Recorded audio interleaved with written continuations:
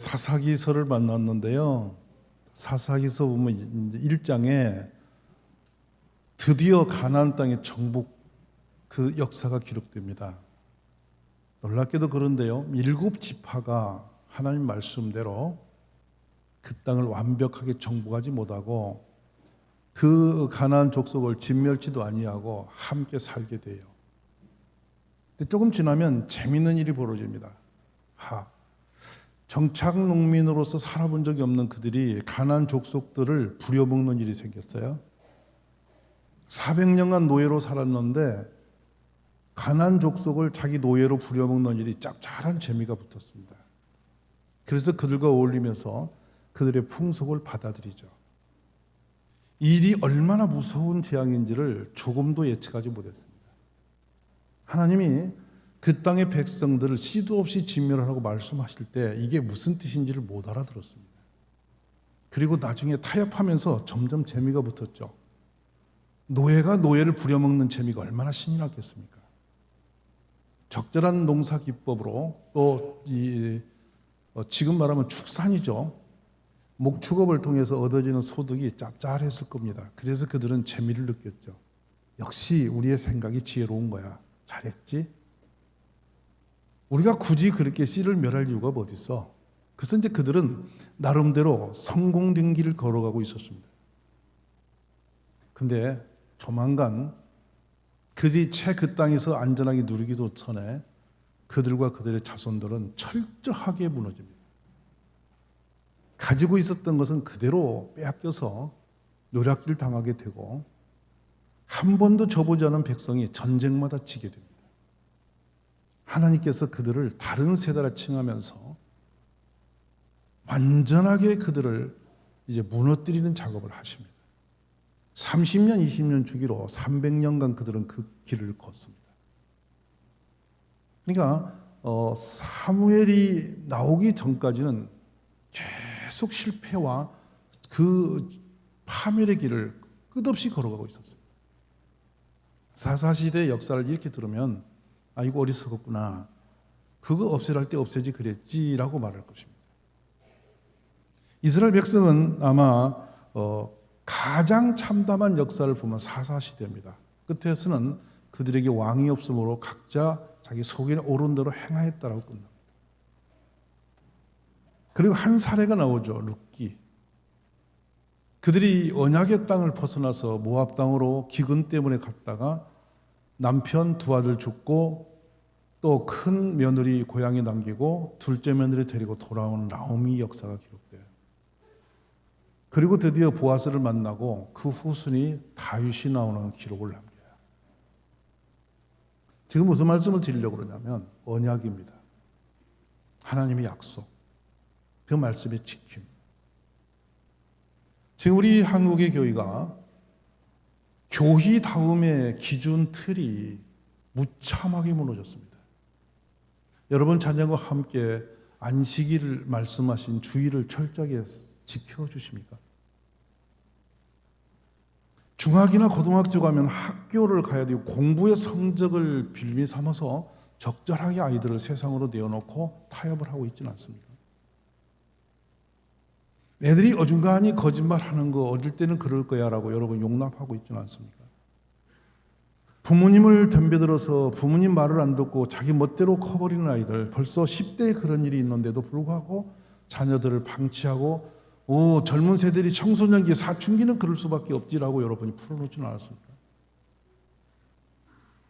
우리는 매우 불량스러운 교회 운영을 하고 있으며 매우 부도덕한 하나님의 사람을 키우고 있는 중이죠. 그러니까 자라났는데 교회에서 거짓말쟁이 도둑들이 나오고 세상의 모든 불의를 아무런 거리낌 없이 행하는 사람들이 교회에 그득하게 다니고 있습니다. 그런 사이에 한국 교회가 100년 사이에 2000년의 기독교 역사를 한순간에 다 그려내버려요. 자녀는 소멸해 가고 있고요. 교회 자녀들은 지금 교회를 점점 떠나고 있죠. 더 무서운 일이 뭐냐면 우리 자녀들도 못 지켜낸 한국 교회가 선교하고 있습니다. 중등부, 고등부, 대학부, 청년부로 올라가면 사정없이 무너져 버렸습니다. 우리나라의 76% 교회가 주일학교가 없습니다. 저출산도 문제죠. 왜 하나님 말씀을 왜 어겼을까요? 생육을 번성하고 충만하고 전부 다스리라고 하는 창세기 1장 28절은 기독교 핵심 언약의 시작입니다. 다스리는 권세가 우리에게 있었습니다. 생육을 번성하는 축복이 우리에게 있었습니다. 근데 우리는 그런 모든 것들을 그냥 세상 풍토에 따라서 그대로 흘러가 버렸죠. 지금도 대한민국은 출산이 문제가 어렵다고 그러는데 사실은 낙태가 지난해 100만 건이었습니다. 외국으로 우리가 먹히겠다고 해서 버린 아이들, 입양 보낸 아이들이 세계 2위 국가입니다. 무차별 하나님 말씀이 지금 짓밟히면서 형식적 예배는 계속 진행되고 있습니다. 이대로 괜찮을까? 왜 그랬을까라는 질문을 계속 해보십시오. 편하다는 거, 유익하다는 거, 뭔가 얻을 수 있는 거. 주일날 교회에서 종일 하나님을 섬기고 있는 성경 공부하고 이렇게 씨름하는 아이를 가지고 있는 건 매우 불편하고 아이들이 그러겠냐라고 해서 밖으로 빼는 거. 괜찮은 일이었을까요?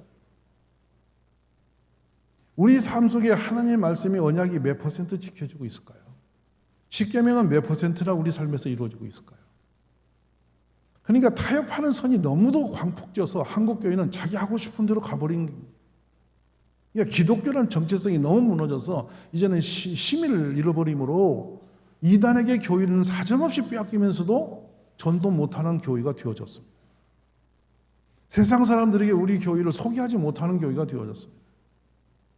그러니까 시골에서 도시로 오면서 이제는 쏠림의 현상은 커져갔는데 재생산적인 영혼 구원의 문제가 지금 희박해집니다. 세례가 거의 멈춰있습니다.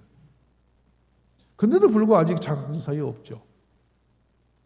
종종 이제 전국교회를 다니면서 가슴 아픈 게 있어요. 지금 이렇게 잘 지어놓은 건물을 앞으로 20년에 누가 들어가 있을까라는 생각을 합니다. 영국의 복음을 전하러 가면서 1년에 470개씩 교회가 무슬림에게 팔리는 모습을 목도했습니다. 존 번연이 했던 철로 역정, 청교도의 아주 핵심적인 목사님이 섬겼던 교회는 카페와 술 파는 집으로 바뀌어 있었습니다. 이번 금요일은 제가 프랑크푸르트에 있는 그래도 한인교회 큰 교회 선교사님과 교정하면서 독일 교회가 요즘에 영국처럼 많이 팔리고 있는데 쓸모없는 교회는 그냥 비가 새는 채로 방치되어 있고 그냥 이용성이 있는 것은 전부 다 세상으로 팔려간다는 거예요. 어쩌다 이런 일들이 벌어졌을까? 대한민국 교회 안전한가요? 인천시에서 교회를 그대로 놓고 내부만 바꿔서 카페 열었더니 대박이 터졌습니다. 주차장이 없어서 온 마을이 비상사태에 걸렸습니다. 교회가 세상에 지금 조롱당하는 중이죠. 오늘 아동부 어린이들과 함께 예배드리는 모습이 참 아름다우신데요. 이 문화와 역사가 언제까지 지속하리라고 생각하십니까? 지금 우리는 대한민국은 대각성이 없이는 돌아올 길이 없이 멀리 갔습니다. 우리가 깨닫지 않는 사이에 우리 자녀 다 잊어버리고 있습니다. 세상 사탄의 손에 우리 자녀를 다 내줘버렸습니다. 그리고 그것을 성공이라고 하면서 우리는 마음 편하게 앉아 있습니다. 위기입니다, 여러분.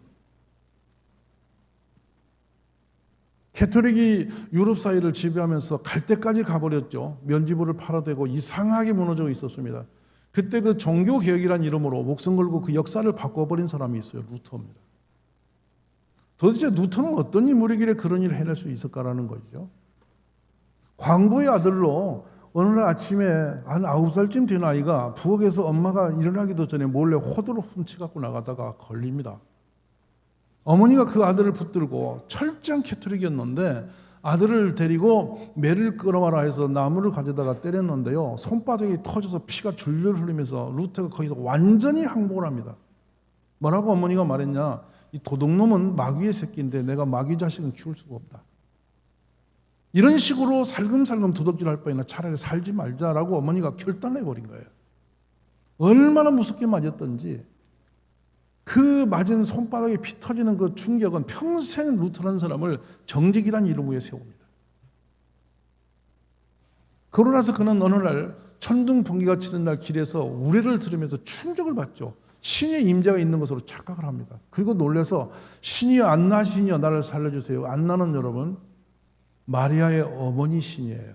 가짜 신이죠. 근데 거기다가 기도를 하면서 만약에 신이 살아계심을 인정한다면, 제가 알게 해준다면 제가 다시는 세상으로 향하지 않고, 그때 막 그가 법대를 다니고 있을 때입니다.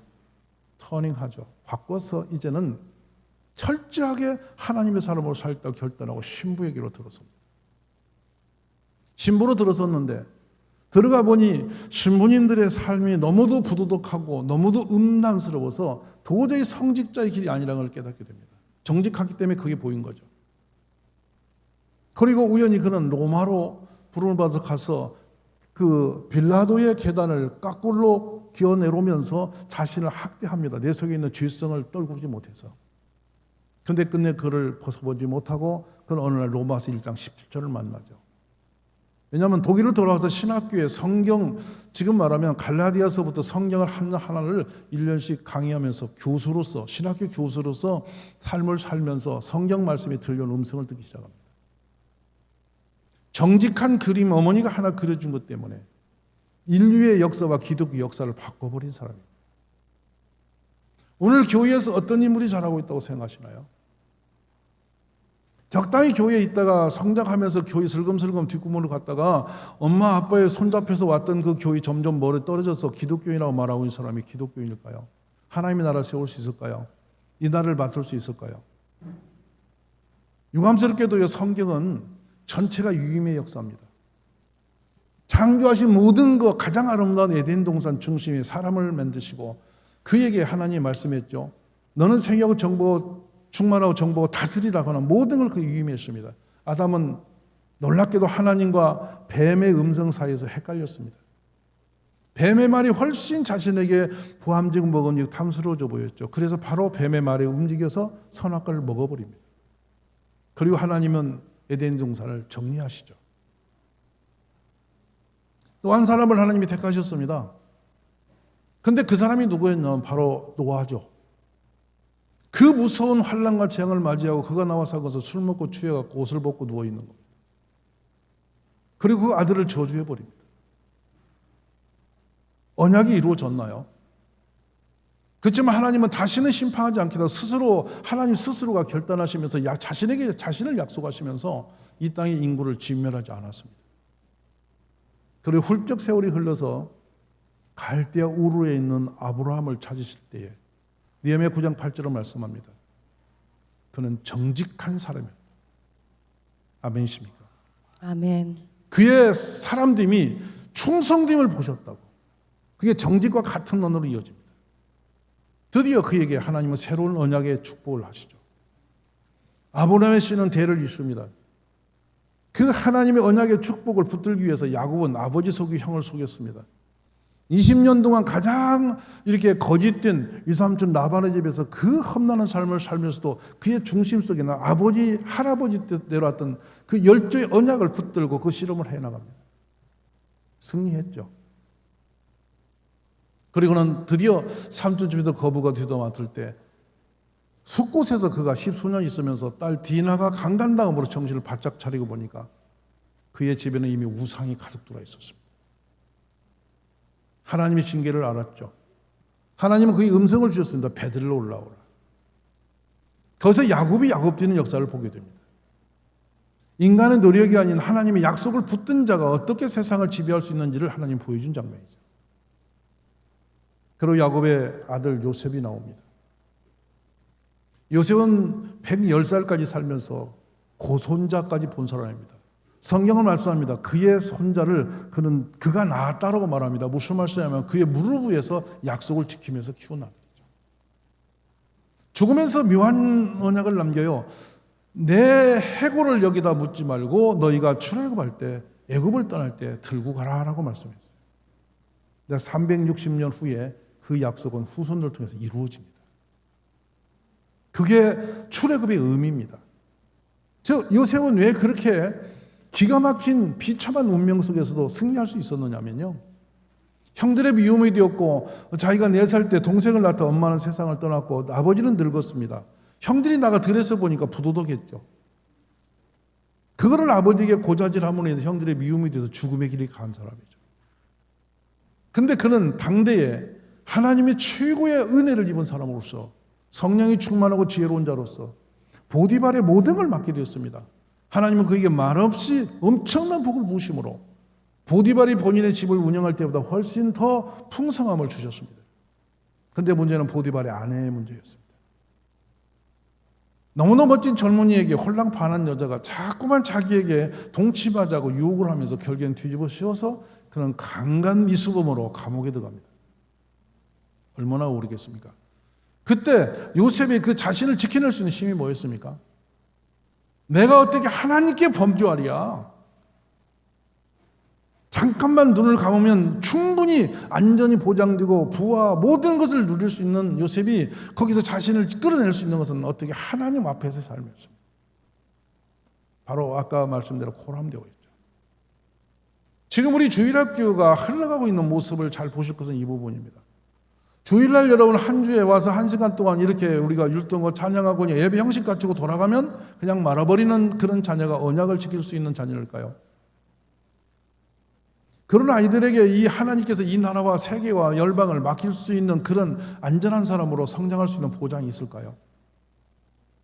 주님은 끊임없이 안전한 사람을 찾아가십니다. 맡겨도 괜찮은 사람. 근데 종종 저는 묻습니다. 당신은 자신 자녀를 믿을 수 있느냐? 당신은 당신의 남편과 아내를 100% 신뢰할 수 있느냐? 당신의 모든 걸 맡기고도 편안하고 기쁨이 있을 수 있느냐?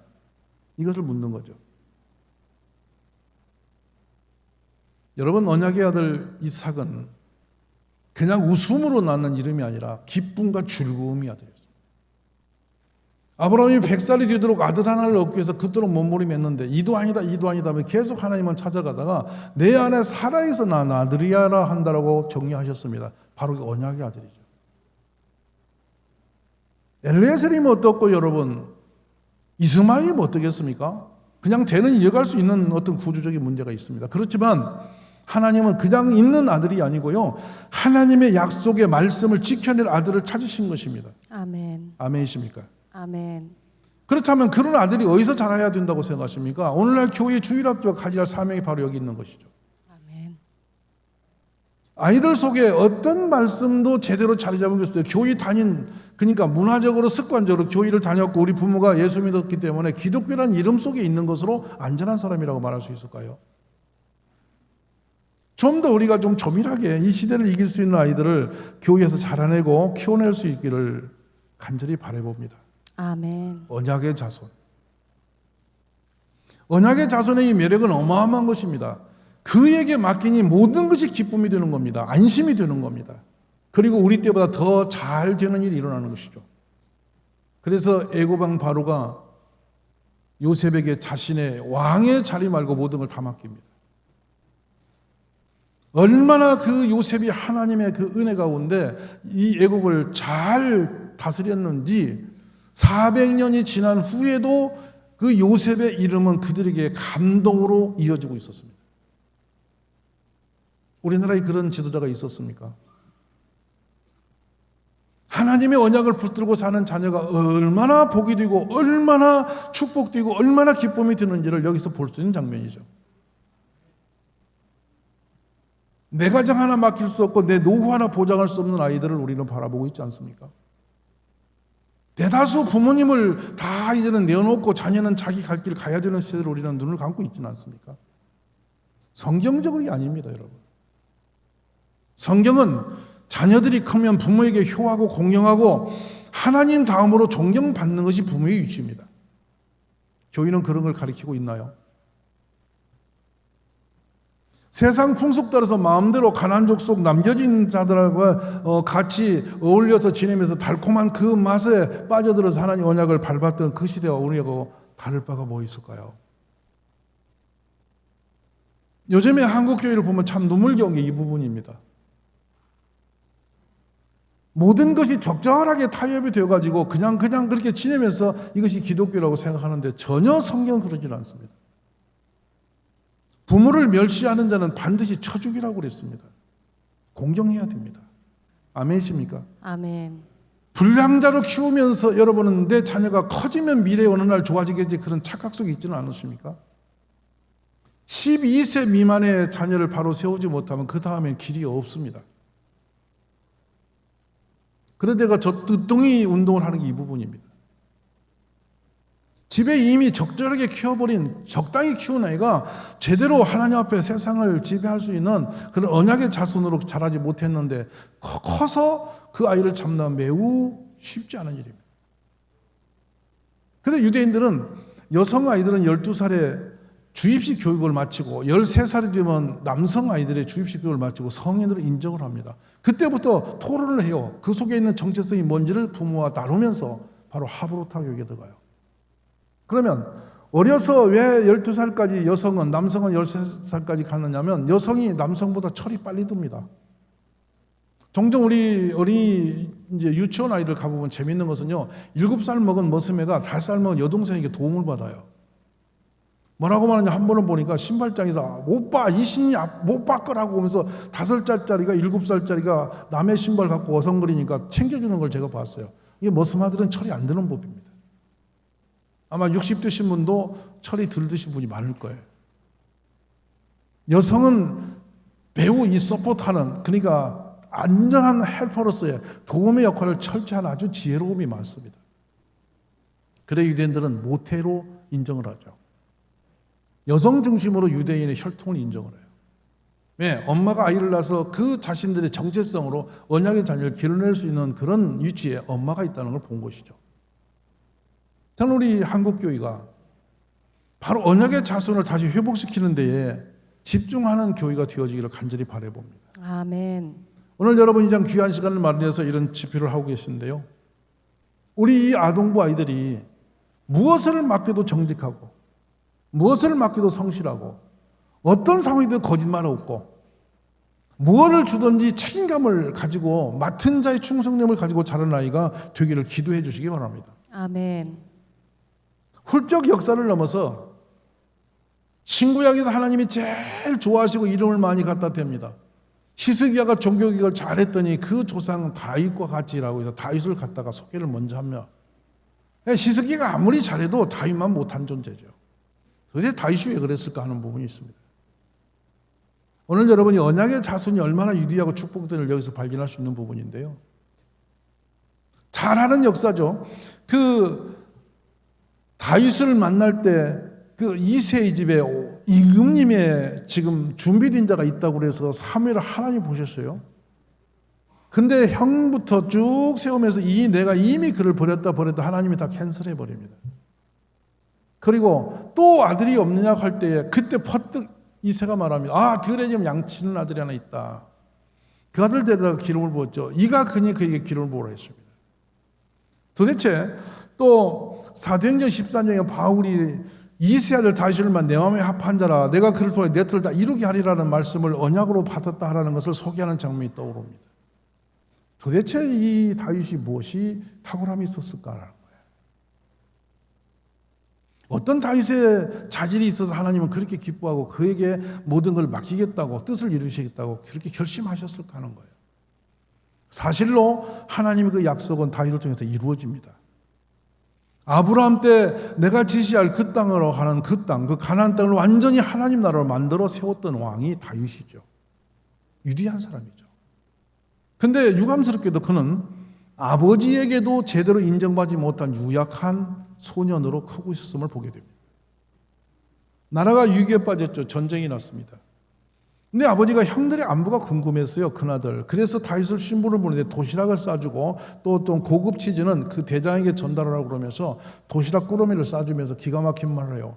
가서 형들을 보고 어쩐지 증표를 가져오라 그랬어요. 이 장면이 굉장히 재밌는 장면인데요. 아버지가 다윗을 100% 신뢰했으면 증표 가져올 필요도 없죠. 무슨 말씀을 드리냐면 저도 이제 어릴 때 그 장면을 추억해 보면 어머니가 옛날에 그 계란 10개를 꾸러미 해가지고 선생님께 갖다 드리라 그랬어요. 근데 중간에 제가 다 깨먹었거든요. 왜냐하면 선생님한테 가는 게 너무 두려워. 선생님이 가는 게 너무 창피스러워. 그리고 달걀을 이렇게 엮어가지고 이렇게 긴 걸 갖고 가는 게 뭐다 부담스러워. 그냥 가다가 생각하면 이걸 갖다 주기가 싫으니까 그냥 중간에 깨먹는 거야.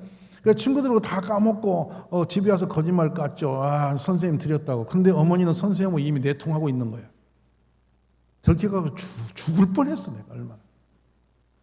설마 달걀 준 걸 어머니가 어떻게 선생님하고 이렇게 내통해서 아는지는 모르겠는데 그거 안 전달돼가지고 저는 그때부터 완전히 도둑놈처럼 살았어요. 혼났어요.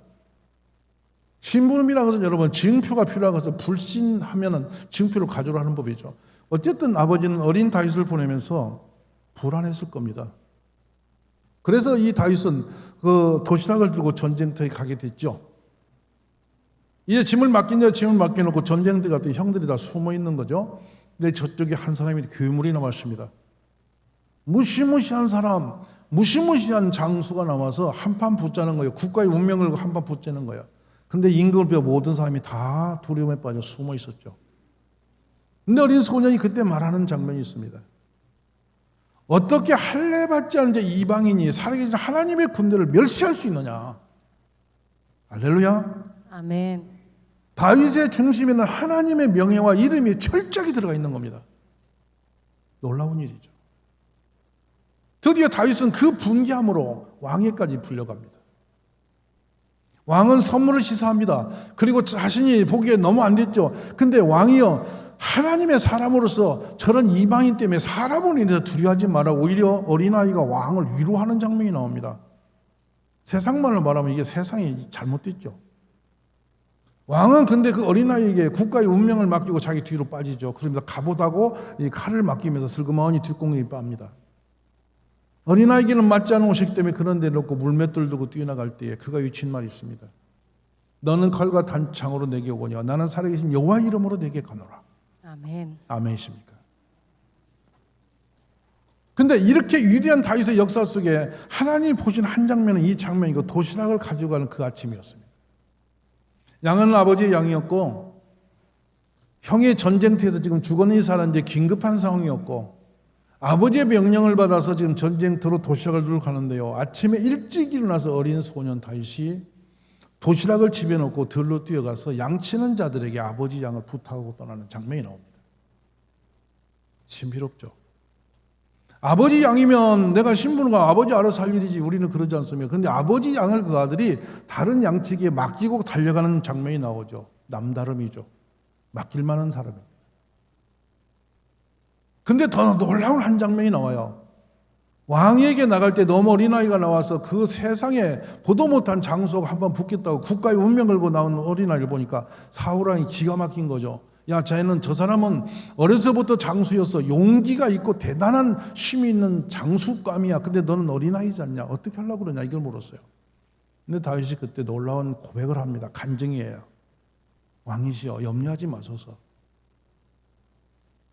제가 우리 아버지 양을 기를 때에 사자나 곰이 물어가면 내가 달려가서 그의 수염을 잡고 쳐서 죽이고 양 새끼를 살려왔나이다. 아멘이십니까? 아멘. 아무리 생각해도 소름 돋는 장면입니다.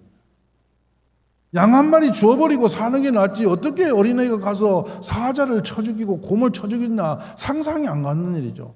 다윗이라는 사람의 중심의 인물이 어떤 사람인지를 보는 장면이에요. 우연한 일은 절대로 없습니다. 이 세상은. 하나님 보시기에 합당해야 쓰임받습니다. 아멘. 아멘이십니까? 우리 주일학교가 다시 한번 각성을 해서 이 하나님의 교회가 아직은 숨을 쉬고 있을 때에 다시 이 나라를 일으키려면 이런 부분이 돌아와야 된다는 얘기를 드리는 거예요. 아멘. 그런데 이 다윗이 양 한 마리 때문에 자기 목숨을 내던질 수 있는 용기, 책임감, 아버지의 양 한 마리, 어린 양 한 마리를 살리기 위해서 사자를 겁내지 않고 덤벼드는 거, 그리고 곰을 향해 덤벼드는 거. 근데 그때도 내가 믿는 여호와께서 나를 이기게 하셨다. 아멘. 아멘. 아멘. 세상이 어떤 상황이 되고 어떤 유혹이 있고 어떤 위험이 온다 할지라도 중심이 흔들리지 않고 자기 맡은 바를 책임 있게 감당할 수 있는 그 사람. 목숨을 던져서라도 양 한 마리를 지켜낼 수 있는 그 신실함, 바로 그것이 민족을 맡을 수 있는 지도력이 그 속에 있는 거 아니겠습니까? 아멘. 아멘이십니까? 우리 자녀들을 어떤 사람으로 기르기 원하신다는 것은 여기 선명하게 보여주고 있습니다. 지식은 평생 쌓아가면 지식은 쌓을 수 있습니다. 하려 1년, 2년, 3년 아니면 10년을 뒤뒤 갈지라도 괜찮습니다. 정직하면 됩니다. 성실하면 됩니다. 하나님 앞에 어떤 상황이 돼도 흔들리지 않는 믿음을 가진 사람이라면 그 사람은 세워도 괜찮은 사람입니다. 아멘. 아멘이십니까? 실력은 쌓아줄 수가 있습니다. 그러나 정직하고 부도덕해져 버리면 그 사람은 쓸 수가 없습니다. 그럼 하나님이 찾으신 인재가 교회에서 자라야 될 텐데 주일학교와 지향하고 우리가 파고들어야 되고 가정에서 우리 자녀를 기를 때 어떤 인재를 기르어야 되는지가 분명하게 선이 그어지고 있는 부분입니다. 예배자로서의 정직한 사람, 정직한 예배를 드리는 겁니다. 온 마음 다해 주님을 찬양하고 온 마음 다해 기도할 줄 알고 말씀을 봐도 정말 달콤한 꿀송이처럼 내 말씀으로 받아들여서 살려고 몸부림한 아이들, 어른들은 이미 너무나 퇴색된 일이 많습니다. 제가 우리 교회에서 한번 감동받은 일이 있는데요. 5월 달에 부모님에 대한 그 설교를 하면서 부모님을 대적하는 자는 처죽이라는 그 설교가 있어요. 그걸 제가 했어요. 그랬더니 초등학교 3학년짜리 예배에 딱 얼굴이 침울해 서 있는 거예요. 예배 마치고 제가 나가는데. 그랬더니 저 앞에 딱 가로막더니 목사님하고 그래서 왜 그러냐 했더니 부모님에게 잘못하면 대들면 맞아 죽는 겁니까? 그래서 맞아 죽어야지 그랬죠. 그랬더니 얘가 깜짝 놀라는 거예요. 진짜 죽이냐고. 진짜 죽여야지. 큰일 났네요. 그래요. 그래서 왜 그러냐 했더니 지가 엄마한테 대들었대. 대들고 말없이 간 사람 많죠. 대충 그냥 숨기고 가죠. 사람이 얼마나 이 야비한 지체냐면요. 자신을 속입니다. 남을 속이는 그만둬 자기가 자기를 속여요. 그것을 정상화시켜 포장하는 거 인간입니다. 참 묘하죠. 저는 종종 이 반려견의 개의 모습을 제가 오래 길렀던 사람인데요. 반려견을 보면요. 반려견이 이렇게 배설물을 정리해서 혼을 내놓고 훈련을 시켜놓으면요. 그 가서 일을 저지고 나면 눈빛이 다릅니다. 반려견도 양심이 있단 말이에요. 그러니까 주인이 나타나면요. 눈을 이렇게 뜨면서 살살 뒤로 내가면 뭔 사고 친 거예요. 표현해요. 근데 인간은 위선과 거짓과 도덕질하고도 딱 포장하고 입 딱 닫고 안 그런 척 서요. 무서운 존재들이죠. 하나님 보시기에 그래서 만물보다 부패하고 더러운 것이 이 사람의 마음이라고 하신 이유가 달리 있는 게 아니거든요. 근데 천에 하나 만에 하나 하나님의 사람이 나와요. 정직한 사람. 하나님과 사람과 자신 앞에 부끄러움이 없이 깨끗한 사람. 그런 사람이 자라는 거예요. 그런 사람을 길러내야 돼요. 아멘. 교회에서 그런 인재가 나와야 돼요. 아멘. 무엇을 맡겨도 기쁘고 즐거울 수 있는 그런 지도자가 교회에서 커야 되는 거예요. 아멘. 그러기 위해서 성경대로 가르치면 되는 줄 믿습니다. 아멘. 오늘 아동부가 특별한 시간을 만드셨는데 행사에 바쁘지 마시고 아이들 속에 언약의 말씀을 주는 데 힘을 다하십시오. 아멘. 참 부끄러운 것은 교회를 일생 동안 다니는데 당신 가슴에 붙들고 있는 언약의 말씀이 뭐냐고 물으면 어리버리합니다. 암기하는 말씀 아니고요. 내가 붙들고 살고 있는 하나님의 말씀, 내 삶의 목적이 된 말씀 뭐죠? 라고 물어보세요. 있으십니까? 여호수아는 99% 정복을 했던 지도자였습니다. 근데 그는 아웃됩니다. 마지막에 적절하게 토지를 분배하면서 전쟁을 마쳐버릴 때 한 사람이 뛰어나오죠. 여호수아 앞에 달려온 사람이 있습니다. 갈렙입니다. 내가 나이 85년, 전쟁터 45년이 있을 때도 그때나 지금이나 기력이 여나오니 여호와의 말씀이 너의 발로 밤 땅을 다 내게 주마 말씀에서 이 산지를 내게 주소서. 아멘이십니까? 아멘. 드디어 하나님은 그 갈렙을 통해서 이스라엘 나라를 세우는 후손 다윗을 주셨습니다. 저는 우리 조일학교 어린이들이 그렇게 커지기를 바랍니다. 아멘. 어려서 붙든 말씀이 평생 자신의 말씀이 되고 야곱이 이스라엘이 되고 그 믿음의 조상의 반이 올라오셨던 것은 하나님의 축복의 언약의 말씀을 붙들었던 것입니다. 아브라함이 받은 언약을 자신의 것을 붙들은 것이고 요셉이 자신을 지킬 수 있다는 것은 유일하게도 아브라함의 언약을 자신의 조상의 열조의 약속이 내 약속으로 믿어졌고 붙들었기 때문인 것입니다. 저는 막연하게 언약이 아닙니다. 하나님이 약속한 백성, 말씀을 주신 백성은 그 말씀을 붙들고 삶의 지표로 삼으면 그런 유대는 일을 일으킬 수 있다고 보는 것이죠. 아멘. 주일학교에서 막연하게 길을 걷지 마시고 하나라도 제대로 된 말씀 붙들고 평생 씨름할 수 있도록 길러보시기 바랍니다. 아멘. 종종 저는 그런 표현합니다. 저 이제 참 무지한 사람이지만 제 간증해서 죄송합니다. 27의 목사님 어느 날 제가 목사님 상담을 갔더니 이러쿵저러쿵 상황하고 말하지 말고 네가 말씀을 믿었으면 좋겠다 그러면서 시편 23편을 믿어봐라 그러시는 거예요. 너무도 그런 말씀이에요. 그런데 저는 그 말씀이 제 자신의 말씀이 아니었습니다. 알고 있는 말씀이었지 내 자신의 고백이 되지 않았었어요. 그런데 그 말씀을 곰곰이 생각하면서 또 기도하면서 계속 점점 가다가 코너에 딱 몰려서 매우 어려운 환경이 다다랐을 때입니다. 여호와는 나의 목자시니 내게 부족함이 없으리로다. 아멘이십니까? 아멘. 이 말씀이 믿어지는 거예요. 얼마나 위로가 되고 힘이 됐는지요. 얼마나 기대가 됐는지 모릅니다. 그러다 보니까 어떤 환경도 문제가 되지 않았죠. 그 말씀이 저를 지키는 걸 봤어요. 아멘. 말씀은 살아 역사하십니다. 아멘. 아멘입니까? 아멘. 살았고 운동력 있습니다. 아멘. 콩과 영과 관절과 골수를 찔러 쪼개기까지 하는 양날의 칼보다 예리함으로 역사하시는 것이 말씀입니다. 아멘. 할렐루야. 아멘. 그런 말씀을 우리 자녀 속에 심어주십시오. 아멘. 너는 하나님의 이런 축복의 자녀이기 때문에 이 말씀을 네가 네 말씀으로 붙들어라. 그래서 그 말씀이 평생 자신의 고백이 되게 하신다면 우리 자녀들이 언약의 자손으로서 하나님이 이 세상을 맡길 수 있는 위대한 인재로 자랄 수 있다고 확신합니다. 아멘. 우리 함께 그런 일에 힘을 다해 보시기를 간절히 바랍니다.